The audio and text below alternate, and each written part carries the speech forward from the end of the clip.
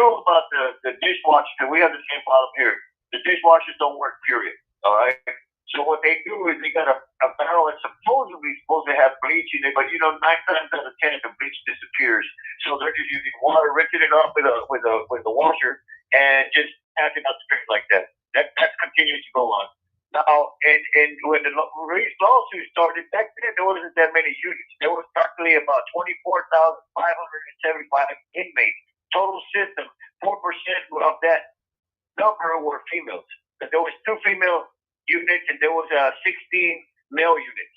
Now, within the years of the time, because of the building tenders, the lack of library, psych medication, psych evaluations, and everything dealing with the unconditional conditions of the confinement, that's why David Ruiz and several other offenders built into a class action against TDCJ, which was supposed to be, because it lasted over 30 years. It wasn't until maybe 2001 TDC finally said, hey, let us go. We're going to keep up the way it is, and we're never going to violate these stipulations. Well, that's a lie, because within time, as you can see, it's already been violated. Now, here in the unit, it became system-wide. It's on the tablet. I know Cornell probably read it. About any time an offender is caught with either on drugs or whatever, any kind of contraband, they're going to lock down that unit, that section of the prisons for 15 days. They're going to punish everybody for one bad apple.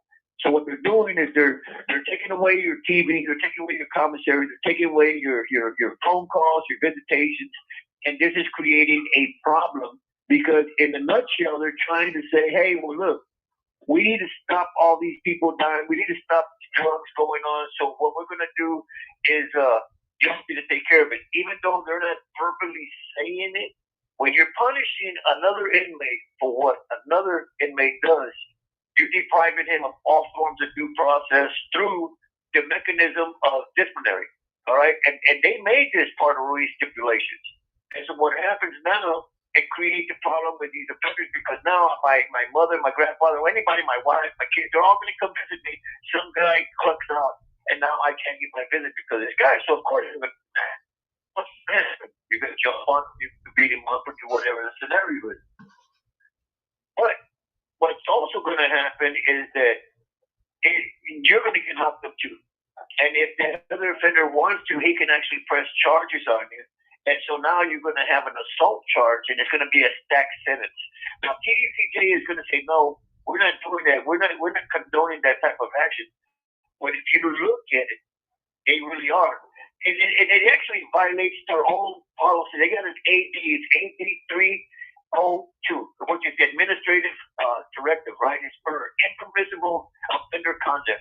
In other words, it says the offender shall not convey orders or instructions from a staff member to another offender.